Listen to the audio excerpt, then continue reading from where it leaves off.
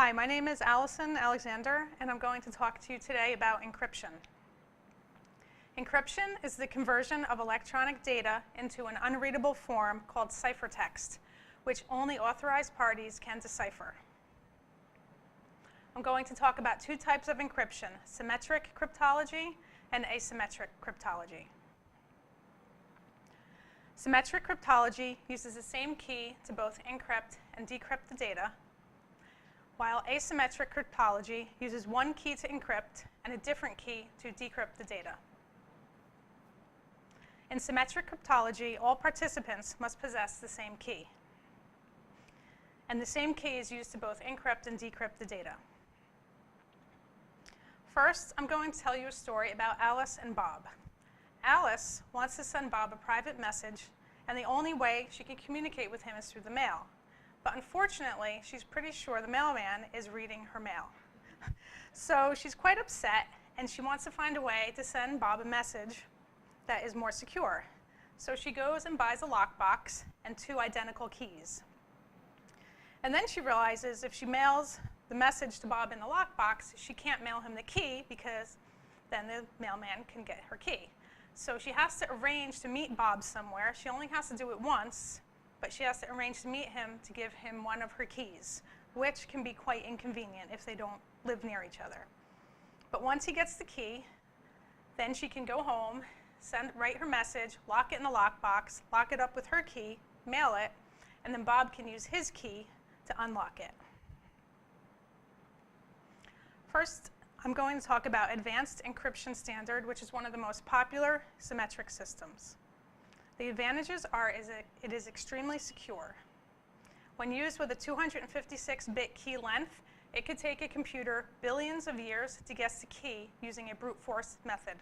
Talk about a very bad big O. Another advantage to the Advanced Encryption Standard is that it's very fast.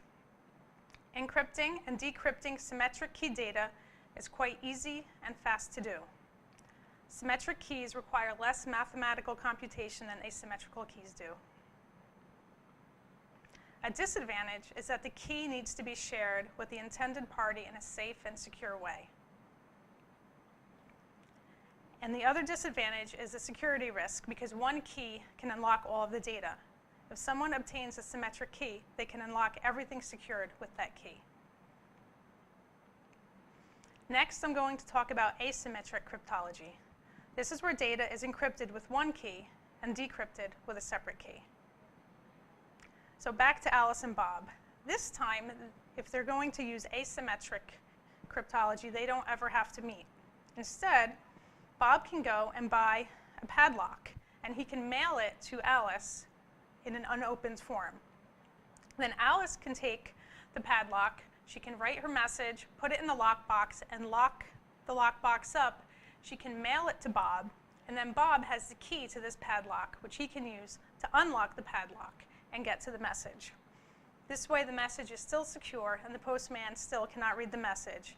And the added benefit is that Alice and Bob never have to actually meet to exchange a key. So now I'm going to talk about the RSA algorithm, which is an asymmetric algorithm developed by Rivest-Shamir and Leonard-Adleman of MIT back in 1977. And here's a picture of them looking very 70s. This algorithm uses public and private key encryption. And it's widely used for sending sensitive data over the internet.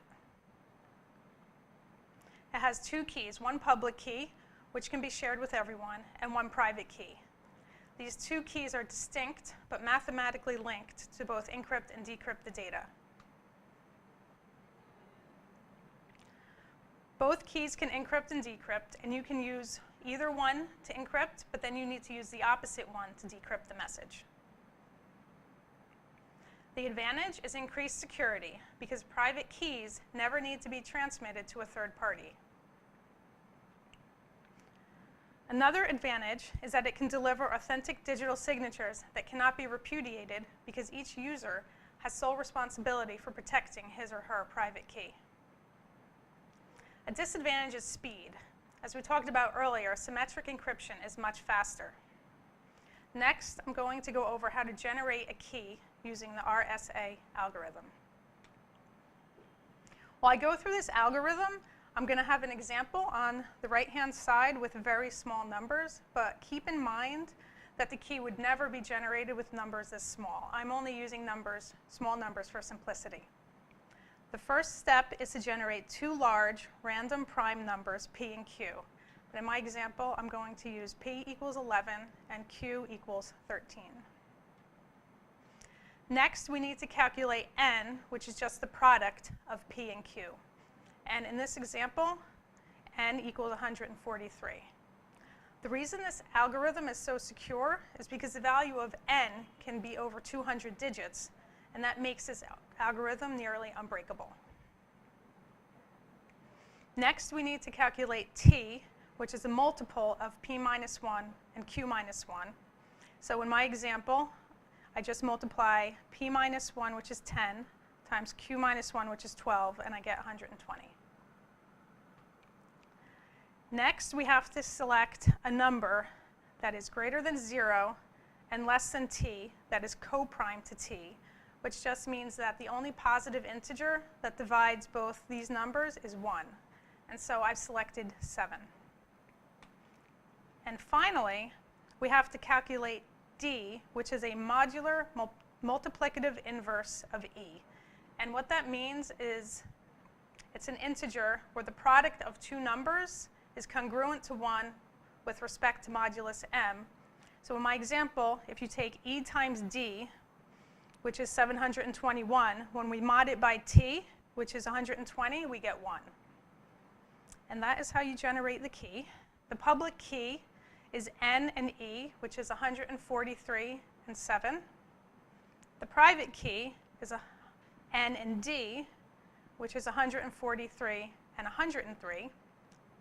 And the formula is you take the message, you convert it to a number using an agreed upon reversible protocol, and then you take that number to the E power and mod it by N, and that is your encrypted message. In my example, I'm going to skip the text and I'm just going to convert a number. So if we want to encrypt the number 9, we put it into the formula. 9 to the 7th power mod 143 is 48. So our encrypted 9 is 48.